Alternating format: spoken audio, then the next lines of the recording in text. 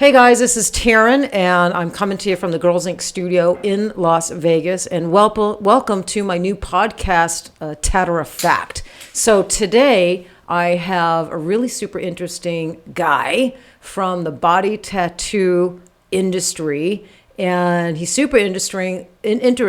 I've certainly learned a lot from him over the last year. So I'm really excited to have you here today, Chris. Hey, thanks for having me. Yeah. So, so we met during COVID. Yep. Right? I think we spoke right at the beginning of COVID. Right at the beginning of COVID. Yeah. I remember. It was a super rainy day. And we met in the parking lot, and I cracked my window that much, and you cracked your window that much. We stayed in our cars. It seemed real sketchy at the time. Looking back on it now, if I was a cop, I'd be like, "What's going on there?" Yeah. Well, and I was a little, I didn't really know you, and I reached out about the Rook. I was interested in the Rook, and using it and getting comfortable with it, and seeing if that was a machine I wanted to, stock in my store. Right. And it ended up being a machine actually that I like a lot, and I use a lot. Just did an eyeliner with it yesterday, actually. So I like the Rook a whole lot.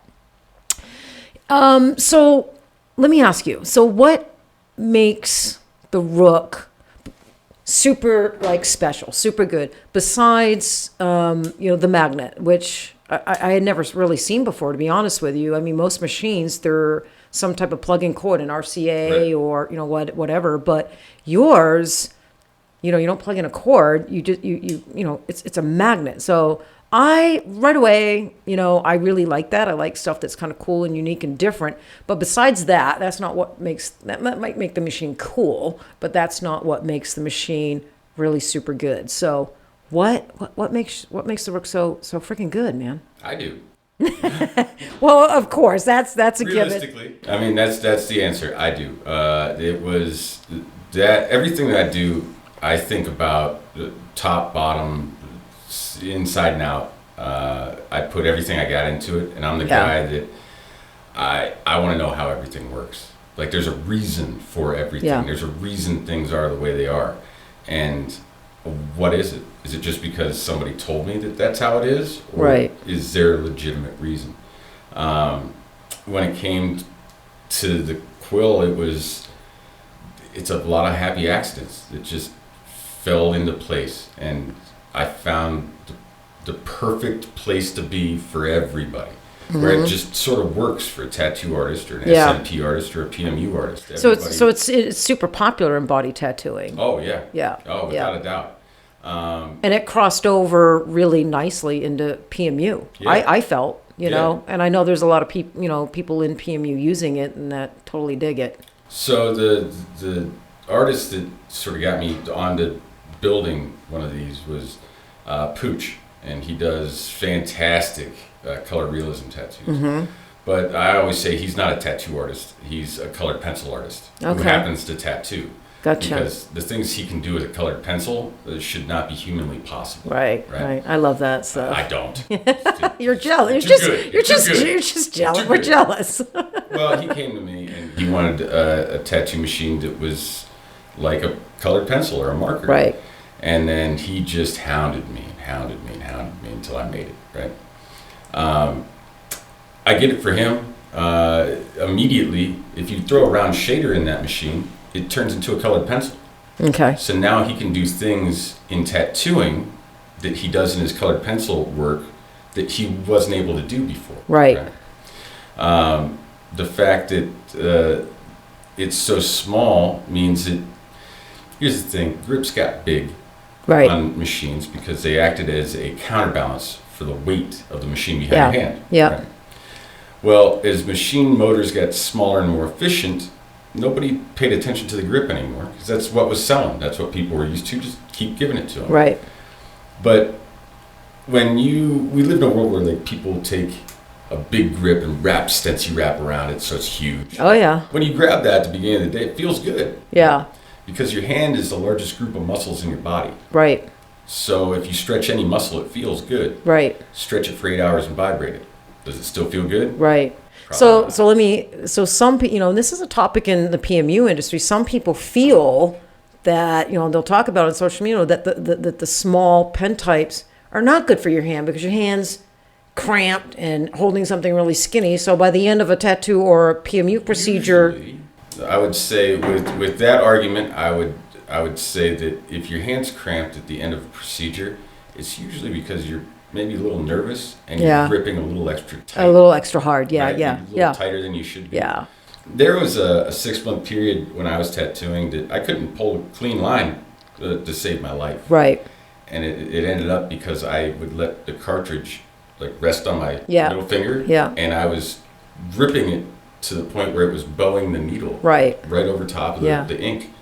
So I was just dry lining everything. Yeah. I couldn't figure it out, and then it hit me. So yeah, I would say if your hand's cramping up, it's probably because maybe you loosen your grip a little bit. No, that's a good point because I train. Yeah. So, and I think with time, I think when you're first starting out or your first couple of years, you're hanging on to that machine for dear life because you think that gives it control. That's going to help you control the machine. And I see that with some of our classes, some of the students that come here, and I can see they're holding it really tight. Now I have an apprentice right now, and I was just critiquing her a couple of days ago that she was holding her.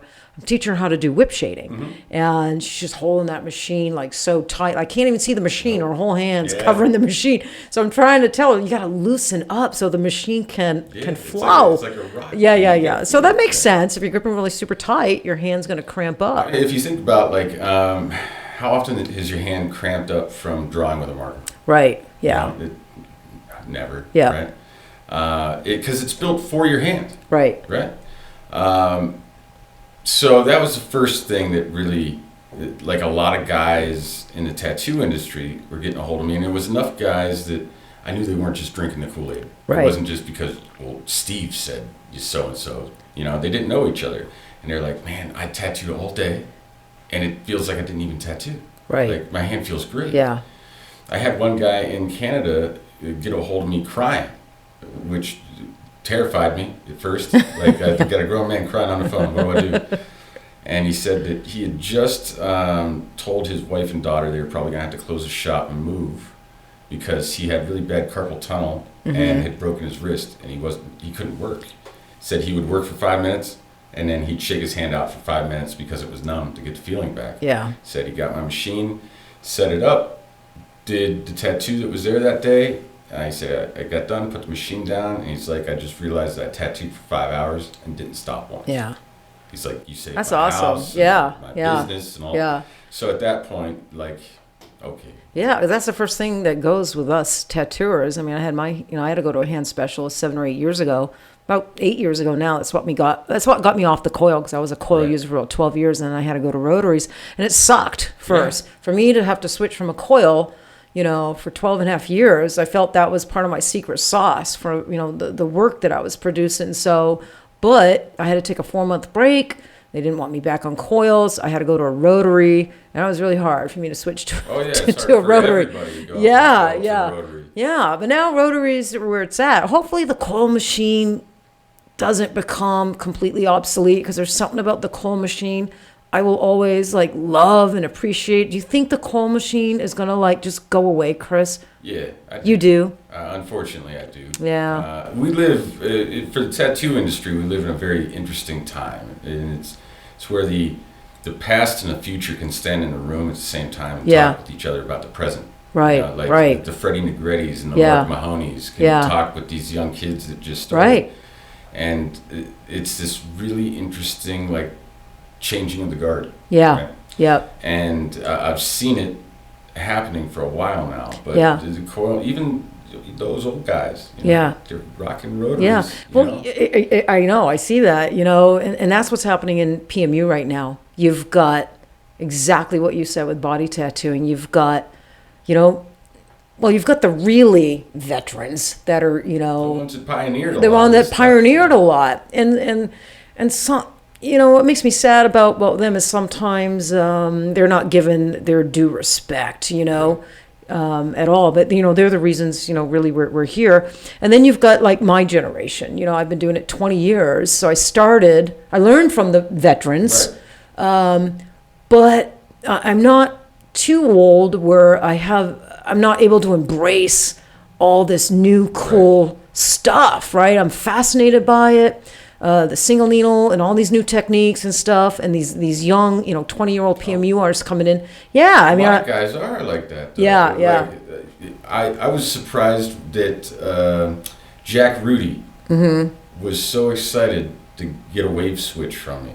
Yeah. Right? And I thought Jack Rudy was going to be the last person that ever, like, here's this old timer, you know what I mean? He pioneered the tattoo industry. He was one of the first guys. Right. He probably uses a foot switch and like, that's all I use. Yeah. Right? No, he was the first one. Like, he was genuinely excited, like a little kid excited. Yeah. Yeah, that's awesome. Like, I never thought. Right? Yeah.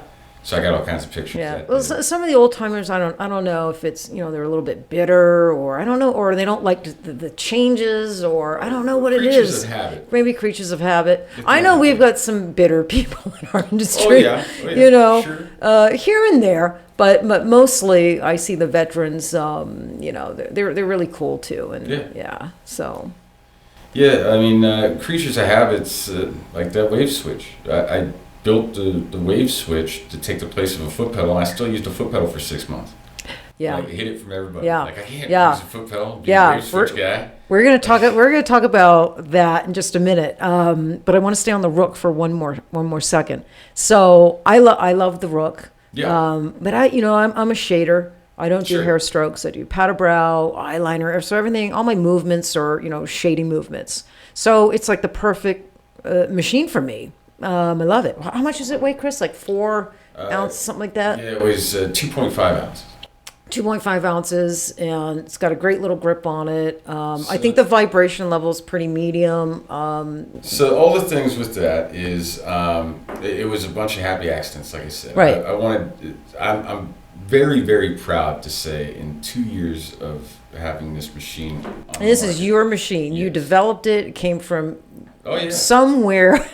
I can tell you where every bit of it came from. Yeah. As a matter of fact, if you look at the magnetic end there on the machine, how it's sort of squared off. Yeah. That's the cap for a Prismacolor marker. Oh, okay. Yeah, See yeah, how yeah. It's square, nothing else is really square. Because I had a Prismacolor marker on my desk in a caliper, and I couldn't figure out how to. Right. Like, how am I going to do that? I'm like, he wants a marker, I'll make him a marker. Right. There's pooch. Yeah. Like, I want it to be like a marker, a paper. Fine, you want a marker? I'll make you a marker. I picked up a Prismacolor marker, and there it was. The magnetic cable, at the time, I had a phone cable, right? That I gotten off Amazon, and you just stick this little like bean in your charging port, and then the cable was magnetic. You just slap it on there. And I thought, man, wouldn't that be cool? Because I thought I was only going to have to make 1 or 2 of them. Well, you know what I was nervous about when I first saw it? I might have mentioned this, I'm not sure. I was afraid this was going to come off on me when I was tattooing. That was does, good. Right? There's a reason for everything. Yeah. So if anything pulls that cable hard enough that it comes off the machine during a procedure, you got to think if that was an RCA cable, it would have jerked your hand and then it went right back into your client. No, I haven't had any issues at all. I think one person mentioned that it came off. She tried it once and the cable came off. But other than that, everybody out there using it, I have not heard that complaint at all. It's a pretty strong magnet. It was a worry with a lot of people. And like I said, if anything hits that cable hard enough that it takes it off, right? Yeah. You would have to think that if that was an RCA machine or a clip-corded machine, it's going to jerk your hand. Right. And if you're doing a procedure on somebody's face, that is the last thing that you want to have happen. Right. So it's kind of like a little built-in safety feature. Gotcha. The comment that I do get sometimes, and this led you and I down a conversation, is everybody's loving it for shading, but comments I see sometimes here and there, they don't like it for hair strokes. They feel it's got too much vibration. Different strokes for different folks. And in the body tattoo industry, I know vibration of machine doesn't bother the artist, but in my industry, the vibration of a machine bothers the artist when they're doing hair strokes. Sure. So and maybe it's a mental thing. Maybe they think because they feel the vibration, there's a flutter with the needle. I don't know. I think it's more of like just a mental thing. Because these hair strokes we do, they're Right. super fine and detailed, and they have to be on point and maybe crisp. I think just because the vibration is making them less precise. I think that's what it is. I think the vibration level of it is making them less precise, and that's fair. We're artists, so we're temperamental and we're really super sensitive. You like what you exactly, but so that led us into some conversations, and There's no one tool that you can buy Right. and throw in your toolbox and Right. fix everything in your house. right. So not gonna one happen. day, maybe Well, is not there maybe, go- is one, it one day there will be one day a second Rook. sooner rather than later. Yeah. There will be one that's dedicated to hair strokes. Yes, Like I said, I've begged you for that for the last it's few. coming. It's definitely coming. A ball peen hammer is a fantastic hammer, Yeah, but we got to take nails out of this wall. yeah, gotcha.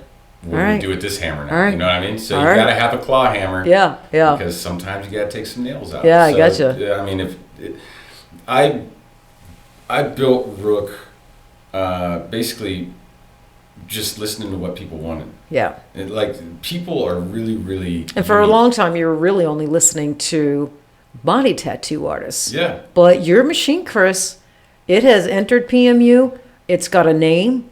People like it. So now you got. Yeah. Now I'm here. Now you So- got to listen to both, right? And I'm fine with that. I'm Yeah, absolutely no, fine I know with that. you are. Like I try to treat people the way I wish somebody would Yeah. have treated me. Yeah. You know the Well, I can tell you. Look, I can tell that. I think you're a great guy. I personally have learned a lot Well, from thank you. you. Yeah, no, I mean you're a people pleaser. You're super nice, and I've learned a lot from you. You're interesting. I find you interesting. That makes it 72 hours. No, I really do. I mean, Totally. well, I thought I knew about machines because machines and like needles are my jam, right? Yeah. But until I started talking to you, I didn't realize how much I didn't know. I mean, sometimes you go what you're talking about, and what you say goes right over my head. I get that a lot. Yeah, because you're going into machines and kinetic rhythms, and you're just going into all this stuff, and I'm just, But it all makes sense, though, right? It does. Sometimes I have to ask you. Hang on a second. What was Hang on, that again? is exactly right because I want to understand it, so I Right. can kind of relate it to, people that I'm So teaching. The one thing about this, it's made it able to transcend, right? It has a built-in give system. Okay. And some people are familiar with it. Some people don't even realize it, right? Okay. So it's controlled by voltage. right? Yeah. So the machine will push a 27 mag from a dead stop at 4 volts. Right. So it's got power. Yeah. But from, say, 4 volts to 6.5 volts, you'll notice as you come in with your cartridge that the needle pins soften when they hit the skin and it lets you blend out incredibly easily. It creates almost no skin trauma. So you can put in light grays and actually see the light grays before Right. any skin irritation or blood. Right. It's like being tattooed with an electric shaver. Yeah. You Yeah. hardly feel anything, which means your clients heal quicker. So they're back sooner. Yeah. Your work looks better. Yeah. Right? And that's your business card when it leaves. But if you push the machine past 6.5 in the voltage range, it starts to stiffen up and act like a direct drive, Okay. which is where most tattoo artists are used to living, right? Yeah. So they'll set it to like say 8 or 9, and it's real punchy at that point. Yeah. And it's good for lining. It's Yeah. good for color packing. Yeah. And we certainly don't run that high in No. PMU. We're running 7 and Right. below. But then for the black and gray tattoo artists, they're running their machines lower. Right, So exactly. they're getting that give Yeah, section of it yeah. where it softens Right, up a little bit. right. So it just, the only reason that exists is because I'd never wanted to fix a spring in Yeah. the machine. Yeah. So I designed the transmission in such a way as I thought that all I was doing was not having to fix springs because that sounds like a horrible job. Yeah. I'm happy to say I've never replaced a motor and I've never fixed a spring. Yep. Right? Inadvertently, it created this give system that just sort of works for everybody. Right. So with that said, and that was one of my questions for Yeah. you, the word give. Yeah. I don't think people really understand like what that means, you'll see people, well, the give of a machine, it's got So good give. So just tell our viewers, people watching today, what it really is? Yeah, what does that mean when you're talking about the Okay. give of a machine? What does that mean, Chris? Okay, so what it really is, the truth be told, in tattooing, the best tattoo artists in the world are the most consistent tattoo artists in the world. Right?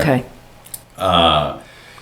Remember in art class when the teacher used to have you like draw like this with your elbow out? Yeah. Very like, and it's awkward. Yeah. And it's painful. And like, I don't want to do that because I can get the same results doing this, right? Yeah.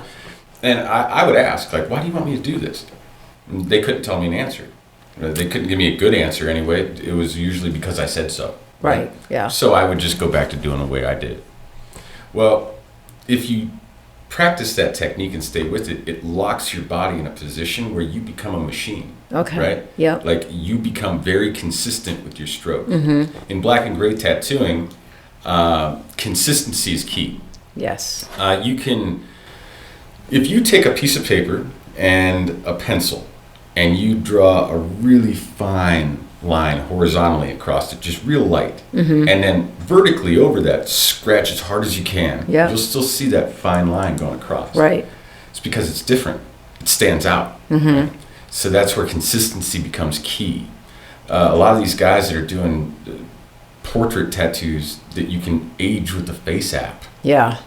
if you watch their hand and their technique, it never changes. Right.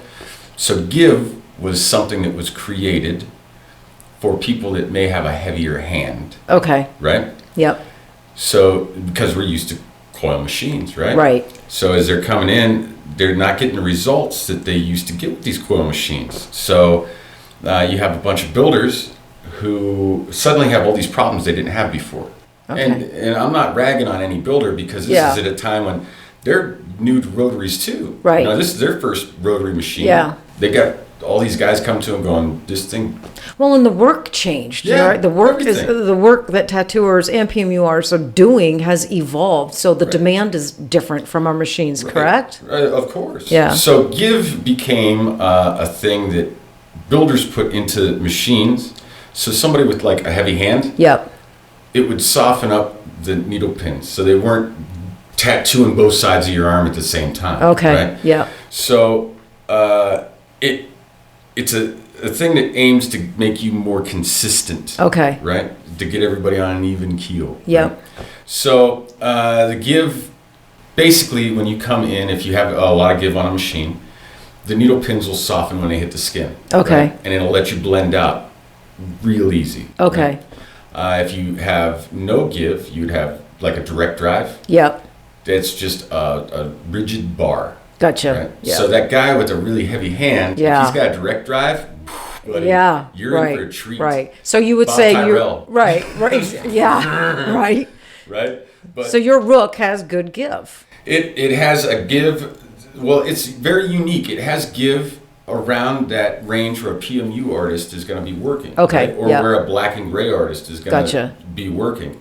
And then if you increase the voltage, so it's Then it becomes more of a it direct becomes drive. more stiff, Gotcha. right? Gotcha. And Yeah. that's where guys in tattooing that aren't doing black and gray or color realism, that's where they're gonna live. Yeah. So it works out, and it's something that some people might not even realize, but Right. you just control it with the voltage. Yeah. I don't like giving people a ton of options, Right. because if you give people a lot of options, they want all the options. Yeah. They don't know why they want them or Well, what they're for. and sometimes they don't understand all the options, or they're setting the wrong options. And then you start picking up bad habits. Yeah. Yeah. No, I And gotcha. Then you could be doing everything right. Yeah. Absolutely everything. Your technique could be flawless, but because you have this machine, one click off, then you start picking up bad habits and quirks to make up for the machine. Right. Right. Yeah.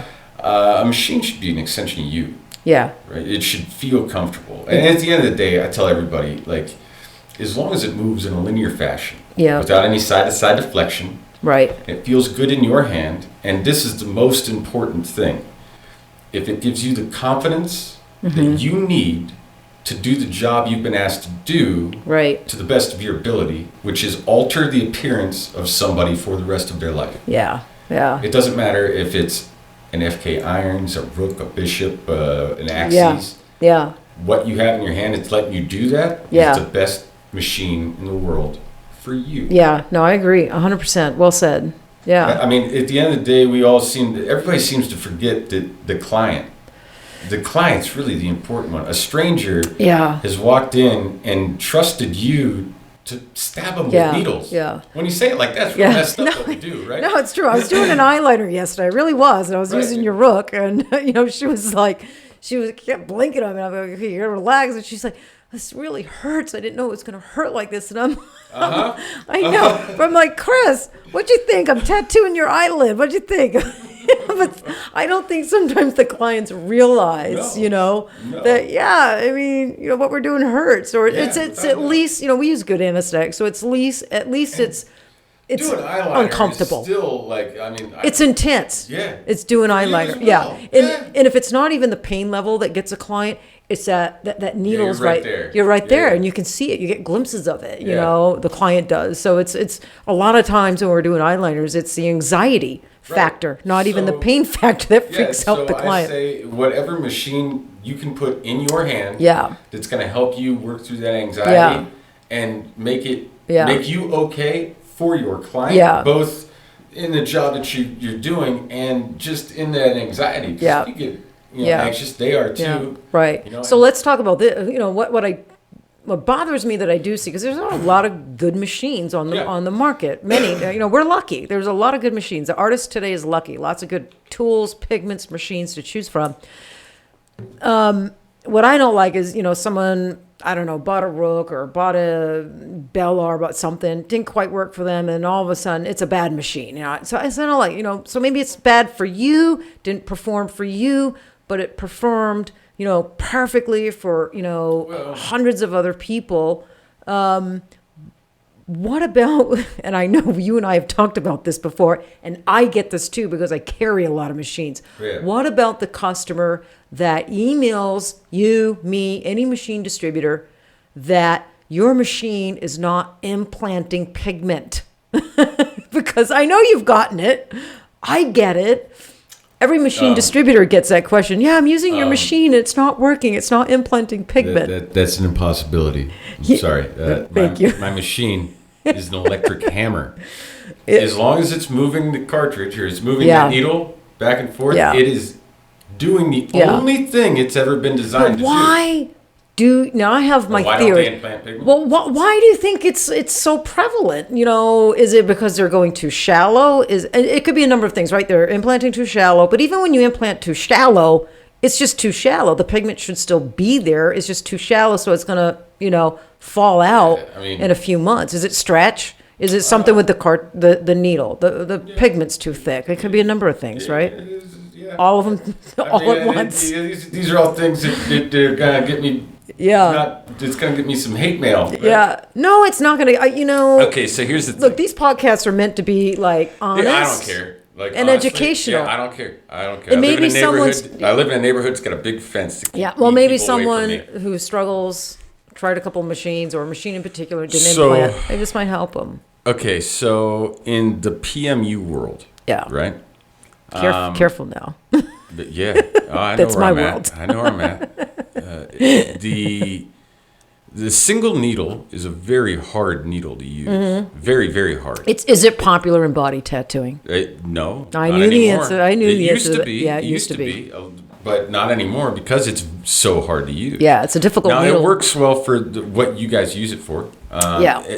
Infinitely better than trying to do, a sleeve on something. Right. But the cartridges that are out and the ink that's out, there's your issue. It's not the machine. If the machine's moving the cartridge, then it's doing the only thing it's ever been designed to do. And if that needle is going in and out of skin with pigment on it, that's it. It's implanting. So now we get into the, where I break things down and, there's a reason why. Right? Yeah, right. So a lot of PMU cartridges have a very, very long tapered tip, right? Right. And it's very tight. Yeah. A lot of those one-liners or three-liners are cut flat at the end. Mm-hmm. That's another issue. Yeah. So What do you mean? You mean the tip of the needle? It's flat. flat. Yeah, the tip of the cartridge itself is flat. Yeah. I've So- always liked a diamond. Well, Or an angular. The reason they're cut at an angle, there's a reason they're cut at an angle, right? I think, well, They should be. it picks up more pigment implant, right? More pigment gathers. No, it's actually to promote airflow through the cartridge. Okay. So you can actually deposit pigment. Okay. right? I know there's That's a lot what I of- meant. Yeah, there's a lot of like real popular cartridges now that then they're flat on the ends. Right. What ends up happening is you get like a ketchup in a bottle situation. Yeah. Because there's no airflow to let the pigment go through. Right. The other issue is PMU pigment is a lot thicker Yeah. than tattoo pigment. Yeah. Right. So when you have a really thick pigment, you're trying to push it down this very narrow taper that's Right. cut flat at the Yeah. end. Yeah. The machine's doing what it's doing. Yeah. You know. Yeah. And a lot of then that all stems from a lot of the equipment Yeah. is built by guys from the tattoo industry. Yeah. Yeah. And I'm not ragging on these guys at all because it's an honest mistake, right? Right. When they sit down at their desk to build cartridges Mm-hmm. for the PMU industry, right? They sit down at their desk. Right. They're pulling their ink, right? Tattoo ink is thinner. Right. Than Yeah. PMU ink. So they're using their supplies to create this stuff, Mm-hmm. not thinking that I need to use that ink because they're different. They Right. just see ink Yeah, as ink, right? yeah. And it's an honest mistake that Right. happens, and then a lot of people suffer because of Yeah. it. So I try my best to educate, and I've gotten people that. I had one guy, this isn't even PMU, this is a tattoo. Got a hold of me one morning, freaking out. Yeah. And he's like, we got a problem, man. I'm like, oh, okay, all right, what's the problem? He's like, cartridges won't fit in my machine. What? And he's like, I came in today to work on my client, the cartridge won't go in my machine. So you mean to tell me that last night, while you were at home in bed, and the machine was locked up in your drawer at work, that an anodized piece of aluminum changed its shape without any help of any kind from anything? So you're saying it's the cartridge? Well, I'm not saying that, but you said that. Right, Try a different right. cartridge. Oh, yeah, it fit. Okay, we're good. Never mind. Yeah. Yeah. But in that moment, you got your client there. Yeah. You don't certainly Yeah. want to look like a fool. Right. So, like, oh my God, what do I do? It was like 6 o'clock in the morning. Right? Yeah. You're answering. You're up answering emails Yeah, I at work a 6 in the morning. 72-hour shift. Yeah, well, of course you do. I mean, I talk to anybody. Yeah. Like, people are always, I think it's weird that people are so excited to talk to me. They're like, I can't believe I'm getting to talk to you. Yeah. I can't believe you'd want to talk to Yeah. me. Right? You're Chris Sanford. Yeah. You're the Rook guy. I'm making a peanut butter and jelly sandwich Yeah. right now. What? Come over, I'll make you one too. And we learned today he takes bubble baths. Didn't we, Olivia? Yeah. Get the bubble Chris beard. likes his bath bombs. I mean, Yeah, get the bubble beard, the condenser. Yeah. I'm glad I got to Look, organically every once segue that in. Every once in a while, You look like you're getting a you little gotta treat yourself. flush there. You gotta treat yourself, right? Get some bath bombs, get the candles out. Yeah, right, yeah. Did good. I need to. Yeah. need to detox Yeah. here. No, I think that's awesome, man. As rugged and as masked as you are, Yeah, most of you the like a time- good bath bomb. Yeah. It's fantastic. Yeah, like I thought bath it's like a Zot. Yeah. Like those fizzy, like what? I throw Right, this in here? right. What? It's like I'm taking a bath in my 6th grade volcano. Yeah. Right? Yeah, that's A fantastic. little volcano science project. That's fantastic. That's fantastic. They're really cool if you dump like 10 of them in there. Yeah. Oh, I I'm bet. not saying that I've done that or I don't- anything. Like they're on a ledge. Yeah. They fell. I just happened to fall in. Just happened to fall in. Okay.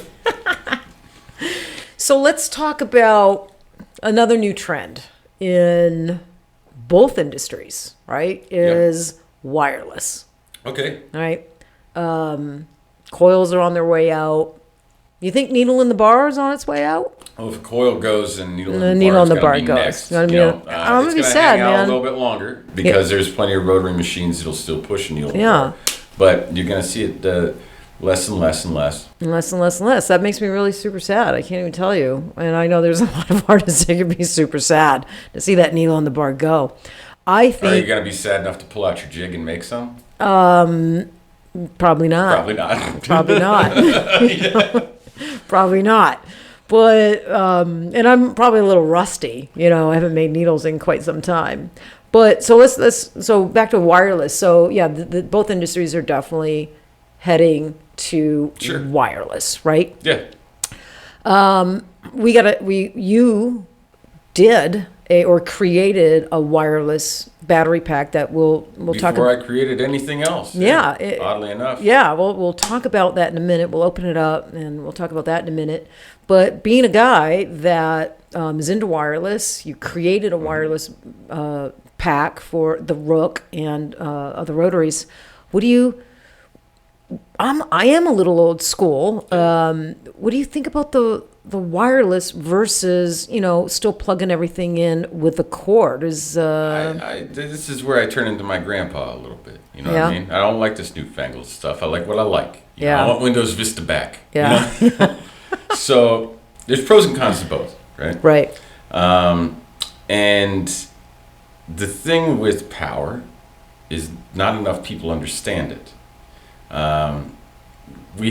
Nobody really understood it since it went into the house. They're just happy that they could run around inside with the lights on, not stub their toes on the coffee table. Voltage in watts, that's the only unit of measurement, right? Amperage, when it gets to electricity and the way they measure it, it's the only unit of measurement that's adopted worldwide. Mm-hmm. We have millimeters and inches. Right. Still, we can't even agree on that. Right. But amperage and voltage and watts, we agree on that because nobody really understands it, right? Yeah. I prefer to have a power supply. Yeah. I prefer to plug into something. Yeah, I do too. Honestly, it's because I've tattooed for 22 years with one. Mm-hmm. It's. So do you think it's my binky? So is it just a mental thing? Because look, I'm fascinated by the wireless. I carry wireless on the store. I've played around with it. I have not done a procedure yet with a wireless setup. Sure. I mean, when I go in my room, I think I'm mentally prepared to use the flux or go wireless. And Chris, I just want to use my same setup with my cord, my foot pedal, my power box. I want to be hardwired in. I think I've convinced myself the machine runs better all plugged in. Is that just me and my metal thing? It does. So, the battery packs that are out now don't provide true voltage or real power. Mm-hmm. It's a PWM signal, right? Okay. So if you rapidly turn on and off a DC motor, you can control the speed of it, right? Yeah. And I'm sure that if you run one of these battery packs that are out now, if you listen to your machine, you'll hear it sort of hiccup from time to time or stutter. Yeah. Think about that sound, and then think about what that sound means to your needle. Right. To your client, to the work, right? So now that battery pack is costing you money because now they're not going to be back in your chair as soon as they could be, or you have to waste a day doing touch-ups or this or that or whatever else. But most importantly, it's killing your machine as well because that motor was never designed. Is that all to battery run packs? Way. Is that your battery pack as well? That's just one of the. It's everything but mine. Everything but yours. Yeah. Yeah. You might get a little shit for that. That's all right. I can prove it. So the battery packs that are out right now, they run on a pulse width modulation. It's a signal that gets sent to the motor on, off, on, off, on, off. Okay. And if you speed that up, you can speed up a motor, but it doesn't have any real power behind it. Right? Okay. But that's also why they won't push a brushless motor. Okay. Because brushless motors require a computer chip to spin, right? Okay. That computer chip tells the motor how to spin and when to spin. Yeah. And it needs 9 volts typically to turn on. Mm-hmm. So that's why the battery packs that are out now won't turn that on. Okay. it's not giving real power. Now, I can't speak of anything. Like, I haven't had hands on the Critical or the Bishop ones yet. They're brand new. Yep. But the cheap ones that they're running around. Yeah, and there's a lot of cheap ones. And they're all the same thing. Yeah. With different wrappers. Yeah. And I think maybe some of these bigger companies that make good quality products were waiting to see how the industries were going to react and embrace these cheaper battery packs, and they have. So now you see some of these good companies that make good shit coming out with battery packs, like you said, Critical and No, I mean, you can never a power supply will never go away. A coil machine may, needle on a bar may, but a power supply will always I agree be there. with you. I think there's going to be a certain amount of people that just love that power supply. Or just have it as a backup. Yeah. You know what I mean? In case something happens with the battery. With the wire. Like, maybe both my batteries die. Yeah. Or maybe I drop this thing and step on it. Yeah. Because, I'm God's most graceful creature. Yeah. I could totally do that. Right. Then I've got this thing. You know what I mean? Right. Like, a power supply to me seems bulletproof. You know what I mean? Like, I plug it into the wall. There's power there. I know it's going to work. There we go. All right. With batteries, especially what's out now, it's too much uncertainty. Okay. You know what I mean? Like, I just don't feel comfortable with what's currently available. Okay. For me to say, I'll throw my music tuner in the drawer and just use this. This is all I need. Yeah.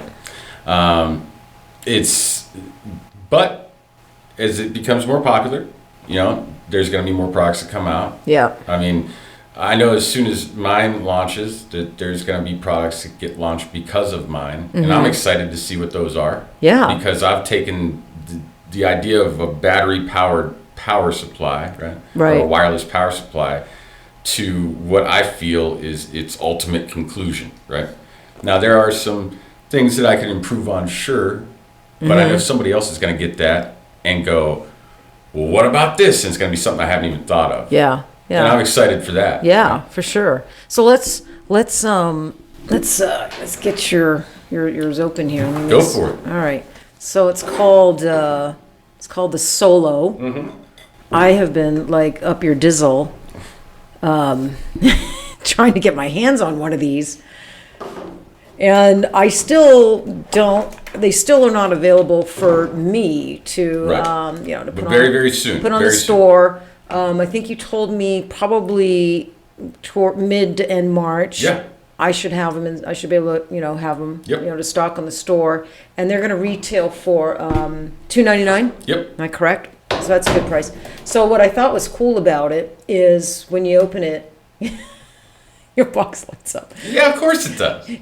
So it's like, so you have the box lights up. But your car lights up. You did this kind of stuff to your car. You drive up in your little, was it a Mini Cooper you got? And you got this light stuff. So, of course, you did that. Well, it's like that Pulp Fiction moment when they're looking at the briefcase. Like, is that what I think? Yeah. I think it is. Yeah. So it's cool. So let's take it out, and I'm not as well versed on this. This is the first time I saw the prototype. You did bring that up, but this is the first time I've seen the real deal. So it's magnet.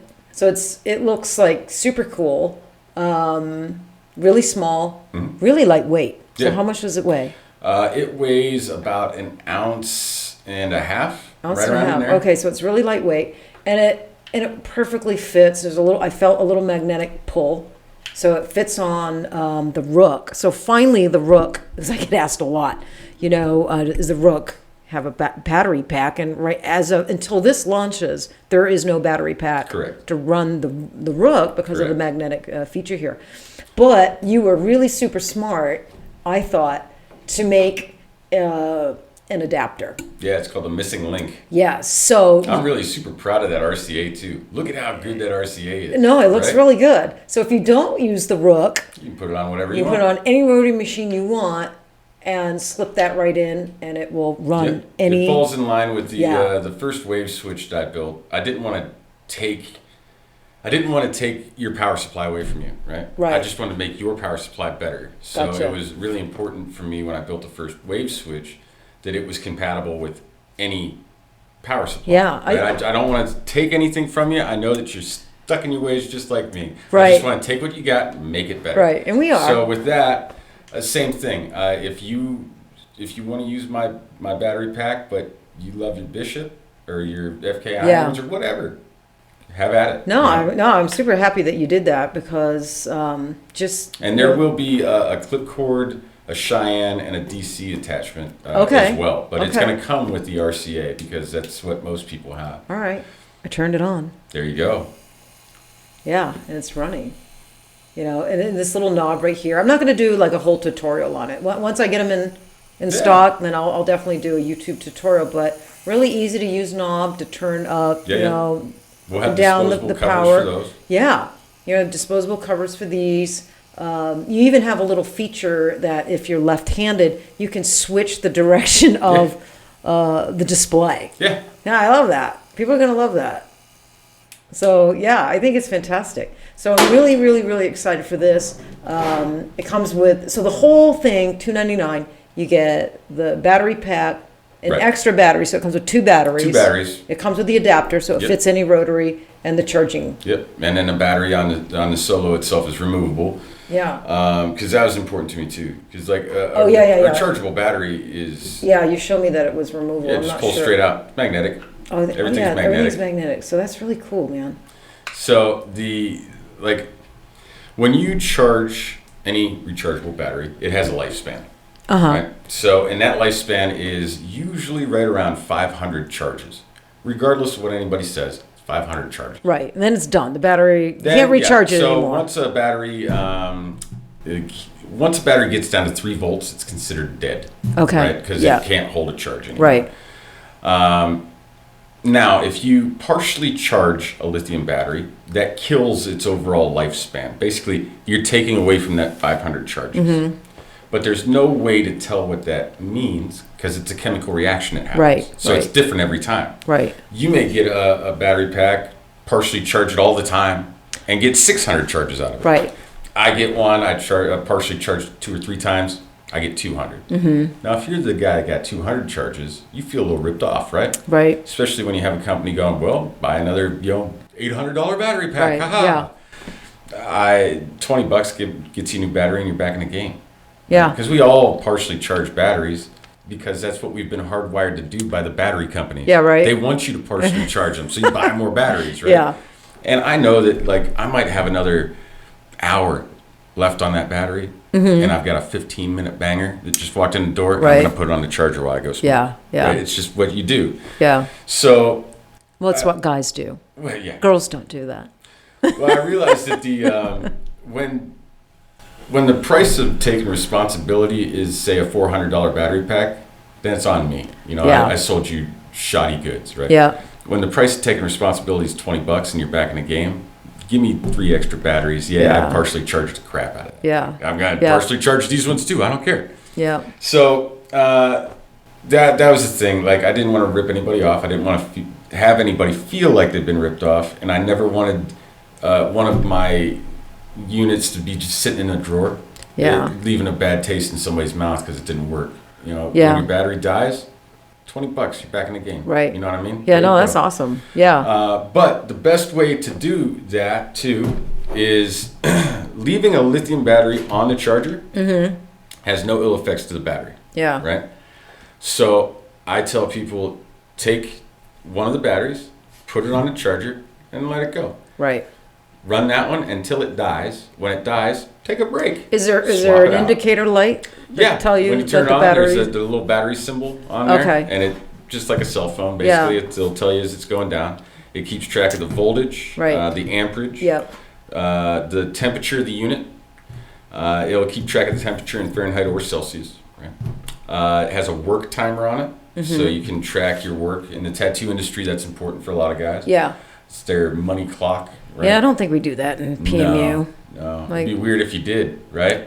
Yeah. Well, we're one eyebrow in, and your time's up, so you want to kick in, we don't really do that. Some more money, or we don't do walking that. out of here like that? No? Funny. All right. You know, I didn't think I was going to like the feel of I'm skeptical. I just didn't think I was gonna like the feel of it. I thought I was gonna feel heavy and like there's just a bunch of extra junk on my machine that had a power around, and I don't feel that. Like I said, I haven't used a wireless, Right. Yet in a procedure. Get to practice skins. Yeah, I've been on practice skins with them, feeling them out. My artists in here have been using them for quite some time, so I've been getting feedback from them.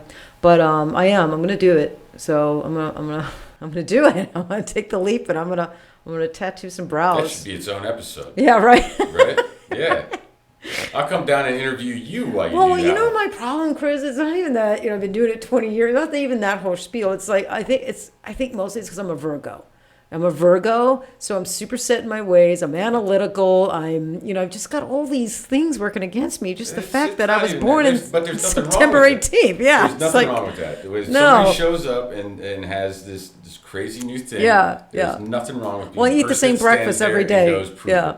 I've been with my wife almost 17 years. I eat the same breakfast every day for 17 years. Yeah. So But I'm predictable. I'm a predictable person. There's nothing wrong with that. You know what to expect, right? Yeah. And there's nothing wrong. Except if in I show up and I'm like, hey, have you ever tried an omelet? Yeah. What's that? Well, well, if I go out to breakfast, then I spice it up. I know. Well, yeah, but I always get thing. 2 eggs over medium, hash browns, sourdough toast. So I show up. That's what I get when I go out to eat. But I'm in the house, when I'm home, the same thing every day. What if I show up? I'm like, hey, here's an omelet. It's the same stuff. Yeah. Just together. Yeah. Right. Yeah. Prove So it. yeah. No, Prove it. Let I'm me super see it. routine, super set in my ways, except when it comes to like my swag. Right. Yeah, like my clothes, my swag, huh, Olivia? I got some swag going on.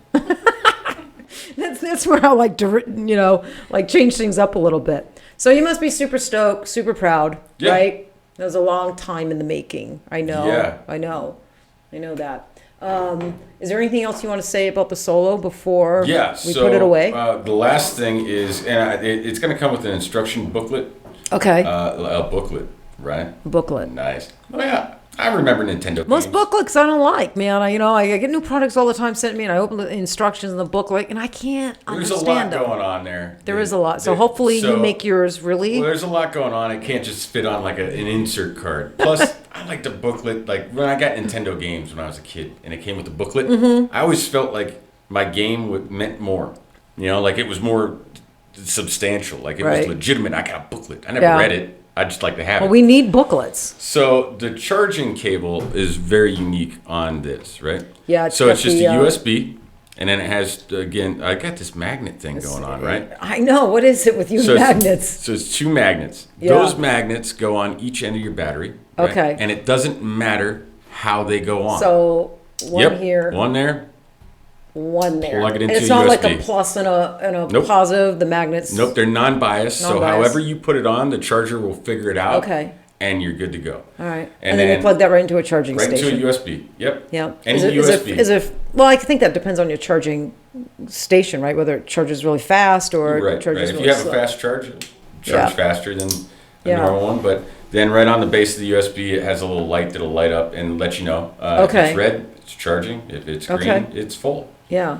But I know a lot of people are going to be confused And I like the by color. the whole. Yeah, It's like a royal blue. I really like that. Yeah. I know a lot of people are going to be confused by the double magnet, like which end goes on which end. It doesn't matter. Yeah. And you know who? Yeah. And it's the emails will come. But that's why I do tutorials. Right. I think the girls, like Olivia, you guys, I'll just send them to my YouTube tutorials. Right.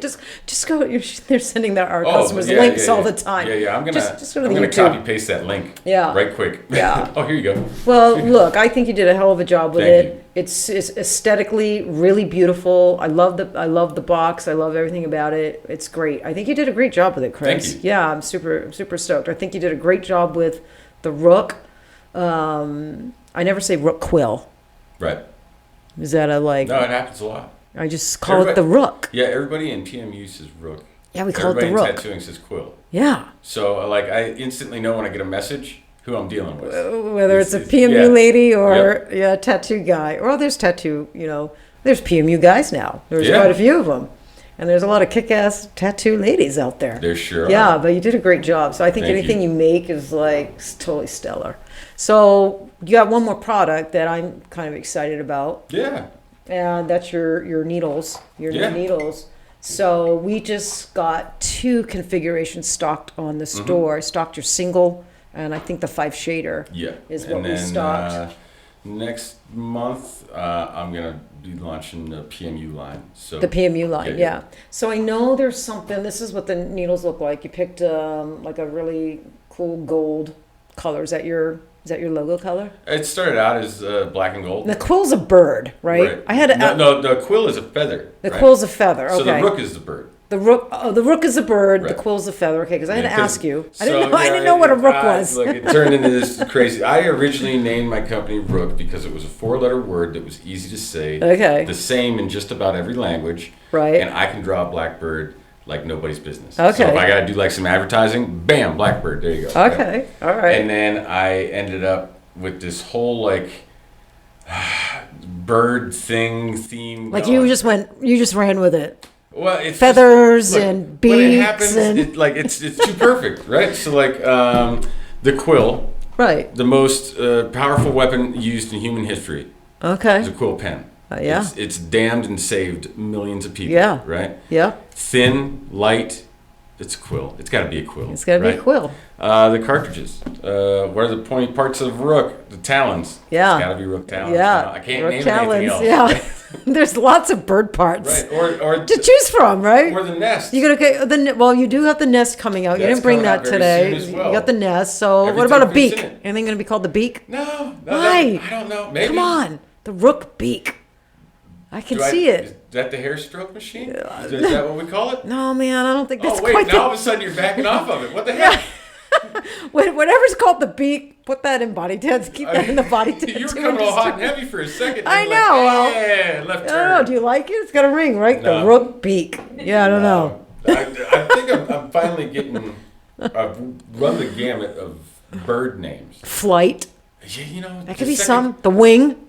Bird wing. The second I think I'm done with all of them, like I come up with an idea and I'm like, it's gonna be whatever. I'm like, got me. Yeah, pecker. Maybe not. We could have fun. I could have really a lot of fun naming your products. But yeah, so we got like a few more minutes, before we got to wrap things up. But I did want to talk about the needle. There was something. New configuration. There was a new configuration, and I don't know if they're going to be able to see it. I'm going to put it like in the camera. And this is a 13 mag. Yeah. And the thing that's and this is a brand, like you made this up. This has never before existed in tattooing. It's hard to make new configurations. Yeah. Like all the good ones are taken, liners and shaders, Right. They're gone. So you really got to think they're outside completely the box. gone. So when you look at this, it's the combination of a straight edge mag and a curved mag. So this end is a straight edge mag, and then when you get to this side, it curves. For PMU artists, I think it would be very easy to wrap your head around if I took a microblade and put it in a cartridge. Yeah. Because that's exactly what I saw and went, I want that. Yeah. What is that thing? Yeah. Oh, it's a microblade. Put it in a cartridge for me. Right. So this is already released and being used in body tattooing. And so what's they're loving it. It's like a chisel tip paintbrush or like a marker, I just love if you got to cool work shit. a line, you got the flat edge. You can get into a tight space or work a line. If you got to blend out, you got the curved side. It's like the Swiss Army knife of tattoo machine. Yeah, I think, my mentor in body tattoo, his name's Eddie Lynn, and he owns the skin factories here in town, and that guy, he would love this. I want to send him a box.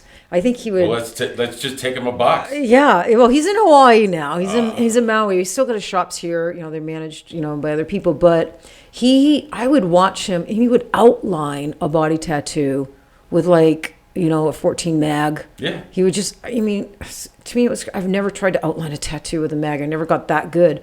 But I just think he would. Mag. When you start outlining with mags, a mag is a dangerous tool, right? Because there's a fine line only the between professional shading and cutting. Yeah. No, for sure. So if you turn the mag completely sideways and you just try to do that with it, you're cutting at that point. Yeah. And really quickly. Yeah. But I would imagine, Chris. You got 11, 12, 14 needles and you're lining with it. You must be able to get those lines super right? Oh, yeah. Black. Yeah. You just have to give it like a slight tilt. Yeah. Just so the needle pins like if this is needle pin 1, Yeah. this is needle pin 2, that they sit like this. Yeah. So they're not following in the track of the one before them. Right. And then you're good. Yeah.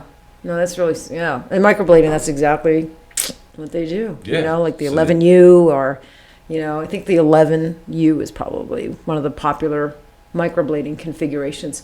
The other thing about your needles, there's something kind of, my complaint always with, or I wouldn't even say it's a complaint. I've been on cartridges maybe 2 years now. Right. I still go back to needle on the bar for my eyeliners. But I guess my little gripe is with the cartridges. If you come from needle in the bar, that's all you've known for years and years, and then you go to a cartridge, you notice a flutter. Yeah. A little movement with the cartridge. It's not Because the needle on a bar is stiff the whole way. stiff. Yeah. And for me, that precision, I love it. And I'm obsessed with it, and you can't quite get that. Right. It's just off by a nano with the cartridges. Some cartridges it's off by a lot. Some cartridges Oh, are yeah. horrible, right? And Oh, they just yeah. flutter and vibrate and move all over the place. But you did something. You put a pin at the base. So it comes. So it's pinned like any normal cartridge at the back of the. Do you want to cartridge take in the it and kind front. of show? Sure. Yeah. So we have your plunger that comes in, right? Yep. And then it's pinned there, and then of course you drop it, right? Jeez. Oh man, where'd it go? I lost it. Did you lose I it? lost it. Oh, here, I got one right here. Hey, there you go. That's all right. Hey, you know the guy that makes them. This so podcast is all we organic. can get another one, Yeah. right? Woo! There we go. So you have where it comes into the cart, pin there, right? Yep. Then it goes to your membrane. Yep. Then if you look, it's going to be really hard to see here, but there is another collar on the inside. Okay. That helps stabilize that I needle took it pin. apart the Yeah. other day. Oh yeah. You saw that. I Phil. saw the pieces. Right? Yeah. So that extra stabilizing ring makes sure that the needle pins remain linear. So there's no side-to-side deflection or wobble, or at least I try to minimize it as much as I can, right? Yep. And then lastly, I don't know if you noticed this or not, if you look at the tip, right? Yeah. Take the tip there. It doesn't come straight out, right? It actually is sort of cut at a little angle. Okay. So it pushes up and out. Okay. Right. That keeps the needle pin down in the tip. Okay. How we tattooed with a needle on a bar. Yeah. Right. So now you have precision. You know where your needle pins Yeah. are. And because it's actually hitting and then riding up and out, it makes sure that the pin is saturated. Gotcha. So you Yeah. always have ink, right? Yep. Yeah, I try to make it as linear and as close to A needle on the bar? traditional needle Yeah. on the bar as I possibly could. Yeah. Because, let's circle back to the beginning, there's a reason for everything. Yeah. There's a reason these guys made cartridges this way. And this was made needle on a bar this way. And this was at a time when there was no Google. Right. There was no internet. Yeah. There was rotary phones. Right. You're not calling anybody with a rotary phone. You get to the last number, mess it up. Nah, I'm done. It took a half hour just to get there. I know it. If a guy in California is making his needle on a bar the same way the guy in Ohio is, Right. why? Yeah. Because Like, it works. It works. Yeah. Now, why does it work? Yeah. You know, how do all these people stumble across the same thing Yeah. and adopt it? Yeah. Right? Without the benefit of, the internet or anything like that. Yeah. Well, trial and error. It's just Right. make something, put it to practice, make it better, put it to practice, and then you end up with needle on the bar, you Yeah. know, for years and years and years. But yeah, I was telling you earlier, I got an artist in here, and my apprentices, I brought them up needle on the bar. Right. And she's tried lots of cartridges and she just can't stand them. So I begged her, please, to try the new Rook. There's a couple of things that are different that, he says I've already tore apart a whole box of these yeah, things. They're crazy. stabilize it, just try it. And so I'm not asking you to do it on an eyeliner, just try it on an eyebrow. So Michonne, my artist Michonne. So so she was doing an eyebrow. She was doing a single needle eyebrow. So she came back and, she was a little smirky and a little, and she loved it. So she's like, I might ask you for another one. I'm like, really? And she's like, I might. Oh, really? Yeah. So she liked it, Well, I mean, the proof's in the pudding there. Yeah, right? yeah. That's the best. endorsement that you can hope for. Yeah, for and sure. Somebody that is that hardcore. She's needle on the hardcore bar, needle on the bar, man, you know, and maybe she can. possibly thinking about trying it a second Yeah, time. yeah. That's a win Yeah, for me. it'll probably be I'll a take it. while before we get her to That's fine. try it for the That's eyeliners. fine. Yeah, I caught her in a moment. we She did. said she tried a Caught her in second a weak time. moment. That's it. That's it. That's all I need. great. I'll take it. It's great, a win. Great. All right, Chris. So hey, tell everybody where they can find you on Instagram. Instagram at Rook Wave Switch. Rook Wave Switch. Yep. That All was right. the very first thing I ever did. I follow you. Yeah. I Yeah. follow you. Yeah. Thank you. Then thank you. You can always reach me on there. Or if you have any questions or anything, you can email me at rookwaveswitch@gmail.com. Yeah. Mm-hmm. Yep. Perfect. So I'm really glad we met. Likewise. Yeah, you've been a real bonus and plus in my life. Really great addition in my life. My wife likes you. She brought you Christmas cookies yeah. and I like your wife's grandmother's recipe. Very much. Everybody does. Yeah, and then she's like, I get it next year. Well, What? I How know. do you do that? I know. How Well, you- she had one. She was going to bring it today. She knew you were doing my podcast, and she's upset she forgot it. Yeah. I'm upset she forgot it too. But she has one more for you. Oh my God. She does. She does. She Best does. day of my life. Yeah. She's like, You kidding me? I think he was hitting for another one, and I'm I like, wasn't oh. hitting. I wasn't hitting at all. I was straight like, if you got any Straight more of up. that, slide it my way. Yeah. Well, I had no idea you lived in Vegas when I first reached out, with the Rook. So I love that you live in Vegas. You pop down quite often. We hang out, and hopefully we get to collab soon on, something. Oh yeah, this thing's coming. It's coming. It's not The a new maybe, machine, It's yeah. not a Yeah. it might. Like it's coming sooner rather than Yeah, later. yeah, I've been good. hard at work designing things in CAD for it, and I'm excited for what it's gonna Yeah, be. I am too. So thanks for doing my podcast Absolutely. today. Thanks for having me. Was it fun? Yeah. I'm not smooth like peanut butter yet, I'm but pretty smooth. You're smoother than you Yeah, think it's you are. pretty good. Yeah, you're smoother than you think you are. I know. Well, I don't know. You're not the I one mean- dropping cartridges. What do you No, mean? I didn't drop anything. Oh, no, I did. I dropped my glasses in the beginning. You're not supposed to admit that. Yeah, Yeah, they've yeah. forgotten about that. Yeah. Right, we're gonna edit this out. All It'll be right. fine. No. I wanted the podcast to be super organic, just back and forth banter Yeah. and educational truth about stuff. Yeah, My style. yeah, that's the best way to be. No bashing anything. Just No. I mean, this is the best way to be. Just Yeah. honest. You know what I Yeah, mean? for Like, sure. If you don't like it, Yeah. it's an opinion. Well, and I think Yeah. they're going to learn a lot from today. So you're Yeah. you know your stuff when it comes to machines and that sort of thing. So And I'm always happy to like that's the one thing that all of our industries are missing, right? Yeah. The tattoo industry, the SNP industry, the PMU industries are all missing education. They're all missing real facts. yeah, Because for so long nobody knew. yeah, So we were just giving you the bits and pieces that somebody else taught us that didn't really know or was trying to keep us right. from stealing Yeah. their business, Yeah. So, We've got some good education in PMU. We definitely do. Of course we got some horrible, education Sure. and classes and trainers, but we've got some damn good education. I think that's one of the things the PMU industry has done, pretty darn good from the get-go was Right. education and sharing education. Mm-hmm. So yeah, but it's still not really prevalent in body tattooing. No, Yeah, no. yeah. So It's, you think it's coming um, with the new generation? I think it may. I'm starting to see more. I see a lot of ads. Yeah. To, like learn how to do Yeah. realistic tattooing. Yeah. Hey, come to my tattoo school. Yeah. Well, the two industries can bounce off each other and learn from But each before, other. like a tattoo school, Yeah. 10 years ago. Yeah. Hell no. They might have got a pipe bomb. Burning that place down. Yeah, right? Going to Arby's, Yeah. gonna burn it down on Yeah, the way. yeah. Yeah. But it has changed. Times have It changed. has. And maybe it needed to, man, Oh, it definitely did. Yeah. Definitely did. And it's nice to see like the history of Yeah. the tattoo industry. Yeah.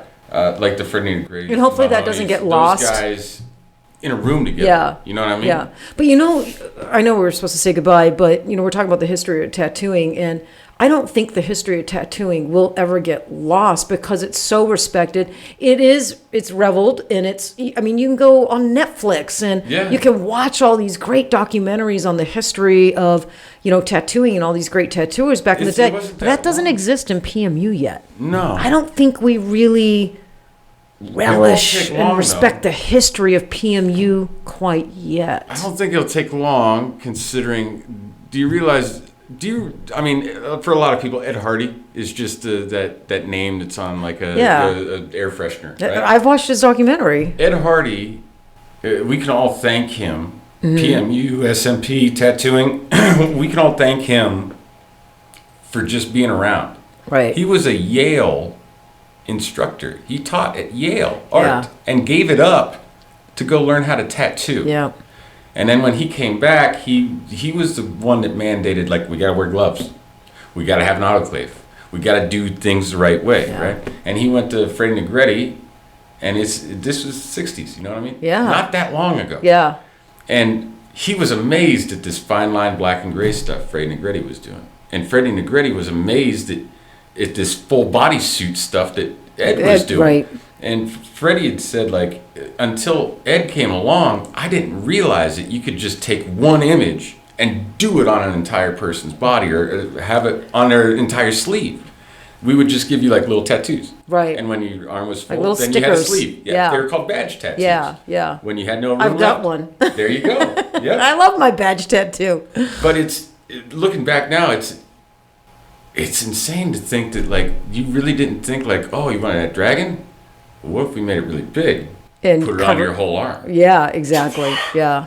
But yeah, that's how it was. Yeah. I mean, tattooing is still pretty young itself. Yeah. And PMU's even younger. Right. And we're with really this whole young. new, like, embrace each other, help each other mentality. It's incredible. You guys are older than we are at that. Yeah.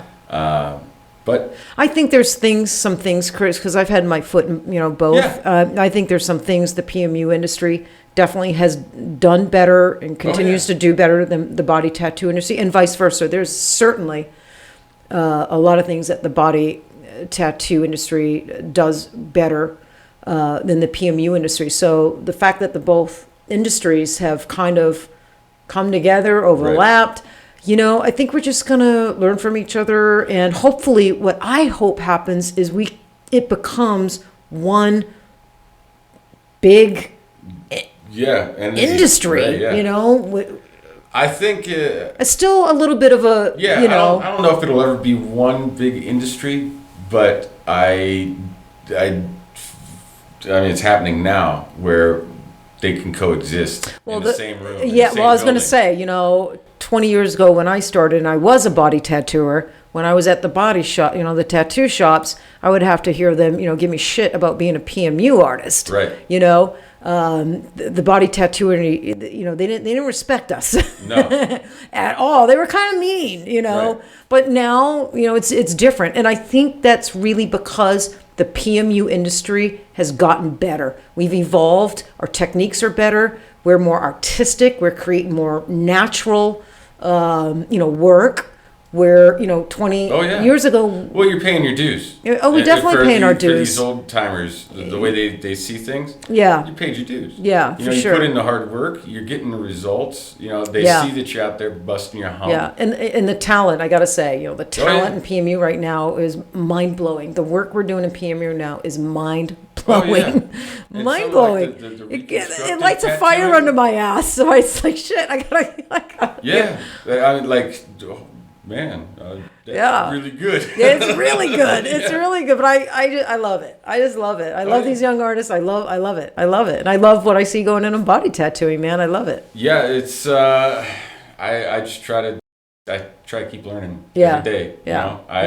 My goal was always to be the worst guy at the shop that I worked at. Yeah. Well, yeah, because if I'm the worst guy there, I've got something to learn from everybody here. Right. When everybody's coming to me, asking me how I do this, how I do that, then I can't grow anymore. Yeah. Well, isn't the old adage something like if you always need to be the smartest person in the room, you're really actually the dumbest person in the room. Yeah. Right? I'm excited to learn these new techniques and stuff from not only the body tattooing, but now that I'm in PMU, right? How you doing your pixels? Exactly. What are you doing there? Right. That's not how I learned how to do it. That's it. Right. Exactly. But it's not wrong either. No, it's not wrong. Hey. So can I take a bit of this and a bit of that? Exactly. Yep. Exactly. And I do. Yeah. Absolutely. I do too, man. I do too. So, all right. So, hey, thanks for coming. Absolutely. All right. We're going to sign off. Sounds good. All right. So, thank you for joining me for another fantastic episode of Tatter-a-fact. And Chris, you can find him on Instagram. He gave that shout out. And you can always find me on Instagram at Girlz Inc. Studio and at Tat Girls Inc. All right. Thanks for joining me, and we will see you next time.